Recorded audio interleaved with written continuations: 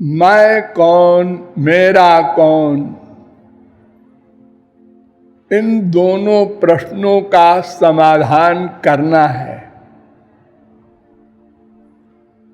तदर्थ मैंने आप लोगों को बताया कि इन दोनों प्रश्नों का समाधान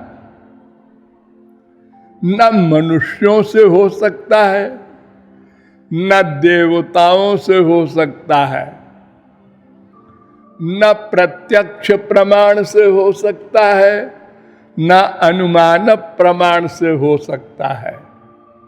अतएव शब्द प्रमाण की शरणागति करनी होगी। शब्द प्रमाण में दो प्रकार के ग्रंथ आते हैं।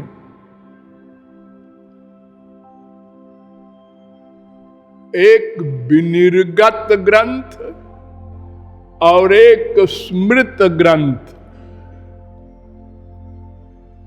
तो विनिर्गत ग्रंथ तो वेद हैं। वेद को किसी ने बनाया नहीं, कहते हैं भगवान ने बनाया। नहीं नहीं, ये अनादि हैं। जैसे भगवान अनादि हैं, ऐसे ही वेद भी अनादि हैं। भगवान के द्वारा प्रकट होते हैं, इसलिए हम लोग बोल देते हैं कि ये पौरुषेय भी हैं। वस्तुतः अपौरुषेय होते हैं वेद। प्रकट करना तो एक ऐसी बात है जैसे हम किसी मक्खी को पकड़े रहें और बच्चों को बेवकूफ बनावे। देखो हम जादू बताते हैं, मक्खी बना दे, बना दिया। तो प्रकट किया है, बनाया नहीं।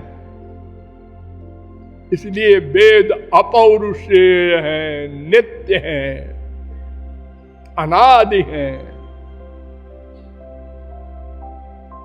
भगवान ने उद्धव से कहा था ना भागवत में, काले न नष्टा प्रलये वाणीयम वेद संगीता मयादौ ब्रह्मणे प्रोक्ता धर्मो यस्याम मदात्मका। 11:14-3। तो भगवान प्रकट करते हैं, इसलिए ये विनिर्गत ग्रंथ कहलाता है। और स्मृत ग्रंथ कहते हैं जो सिद्ध महापुरुषों के, श्रोत्रिय ब्रह्मनिष्ठ महारसिकों के द्वारा स्मरण करके, अनुभव युक्त हो करके ग्रंथ बनाए जाते हैं। अनुभव हो, ये शब्द याद रखना। देखो, ये जो सबसे इंपॉर्टेंट ग्रंथ है श्रीमद् भागवत, इसके लिए नारद जी ने वेदव्यास से कहा था, पहले भक्ति करो और भगवान के दर्शन करो श्री कृष्ण के, उसके बाद लिखना। आज्ञा माना। और अपश्यत पुरुषम पूर्वम मायाम च यदपाश्रयाम यया सम्मोहितो जीवा। 1:7-4, 1:7-5।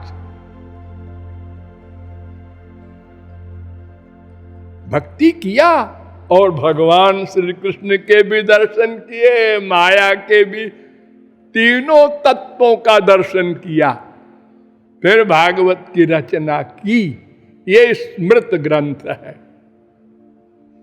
स्मृति कहते हैं इसीलिए गीता आदि को स्मरण करके, अपनी जेब से कुछ नहीं लिखा, स्मरण करके वेदों के सिद्धांतों को, उपनिषदों के सिद्धांतों को